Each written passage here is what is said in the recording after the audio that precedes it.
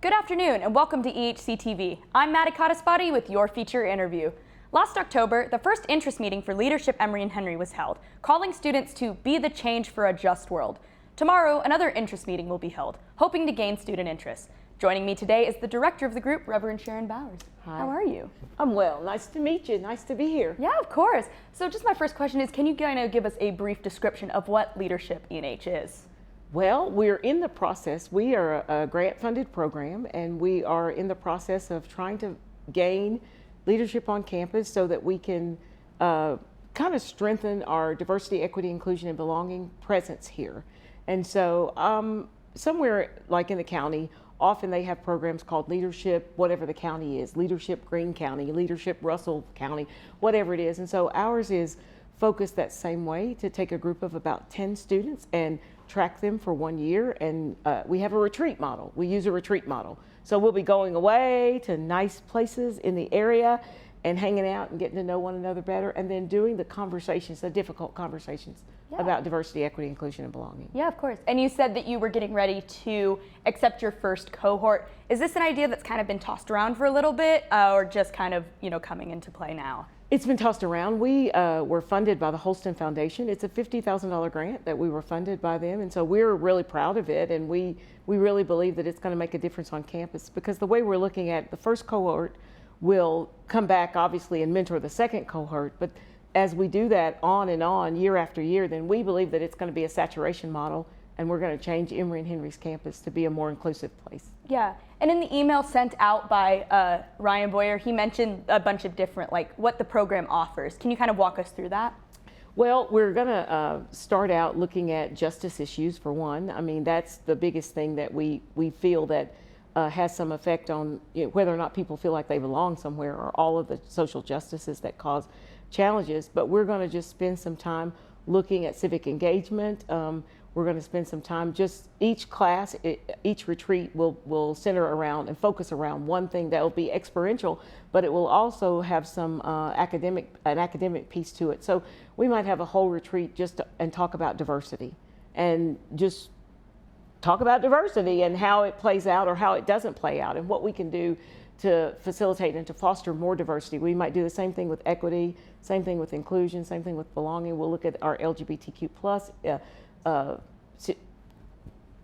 on campus, and how we can better offer place for people who have identified. And so we'll just do those kind of things. Yeah, of course. And also in the email, it kind of specified that students will be able to gain certain leadership skills. Are there any specific skills that you think will be developed during this? Yeah, I actually am an author of a book called Character-Based Leadership, and it's about leading and living with character.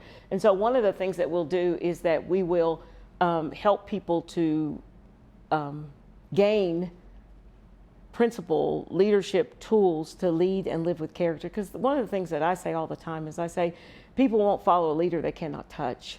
And I think it's important for us to say what we mean and mean what we say. And when we say what we mean and we mean what we say, the world is a much better place, because I know if you're for me or against me by what you say. I don't want you to, come and act like you're different. And so we'll be doing that, and just trying to get some people we'll do servant leadership. We'll do all the various leadership styles, models that are out there. We'll do one of my favorites, which is disruptive leadership, especially now in our climate where we're dealing with anti-racism, we're dealing with, homophobia, we're dealing with all those kinds of things. We have to learn that where we are in the world today, we are not going back. People used to talk about going back to the old way, and even, post-COVID and all of those kinds of things, but we have changed forever, and our world has changed forever. And so we need to realize that how we're going to be better together, because that's one of the things that we believe that our leadership team will be able to help our students, because our students are the future. We're old and gray, and we're just trying to share a little love and give a little bit of the things that we know that will help, but it's never going to be the same. The way it was is never going to be. Yeah, that's awesome. So, as mentioned before, you guys have an interest meeting coming up tomorrow. What can we expect from that interest meeting? More old school candy. No, let me stop. The old school candy that you didn't get today. No, but we'll talk tomorrow, and we'll do a focus group. We'll ask a couple of questions, and primarily we're trying to figure out what is the best model for our campus. We've already had a focus group, and one of the things that we found is they thought our name was old. They didn't like Leadership Emory and Henry.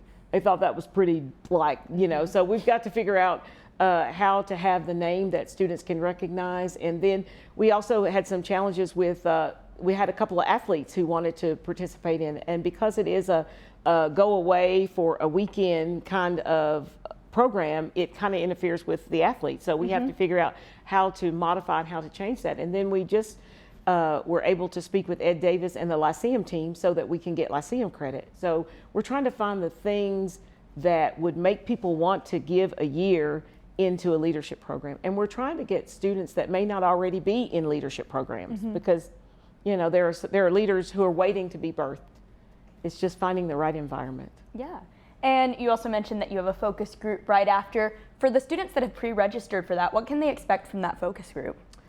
It'll be a little bit, we've been processing all the information that we've been getting in that focus group, and for their time and for their expertise, because we believe that the students really are the expert in this. We're not, and we've acquiesced. We're not trying to act like we're the expert. So we want to hear what are the ways and what kind of tools can we use to make this the best program. The program has the potential to be replicable and refundable.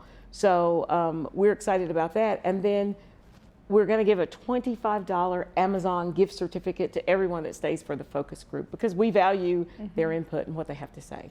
Yeah. And so for those who are unable to make the meeting tomorrow night, is there any other way that they can get involved or kind of get more information about this? They can just send an email on the flyer that was out and the email that went out to everybody. They can just send me some information and say, hey, I'm interested. I've already heard for a couple of people who cannot be there, but they're interested in the program. So what we'll do is we'll do a Zoom alternative to that when we get some of the people's information that want to know more about it but couldn't come to the meeting. Yeah. And can you just kind of quickly refresh on like where and when this meeting will take place tomorrow? Yeah. It's going to be in I don't know what you all call it now. When I was here on campus, we didn't call it that, but it used to be the Commuters Lounge, but now it's the DEI B office or something. Anyway, it's in Van Dyke. Yes. And it's in the old Commuters Lounge, and it'll be there at 7 o'clock. And we'll have some refreshments. We're going to have some blackbird pastries and something to drink, and just sit around. It's real informal. We just sit around and talk and hear from the experts, because we believe that the students are the experts. Yeah. Well, thank you so much for joining me today. I really appreciate it. Okay. That's all for our week's interview. I'm Madi Codispoti. Have a great week and happy Valentine's Day.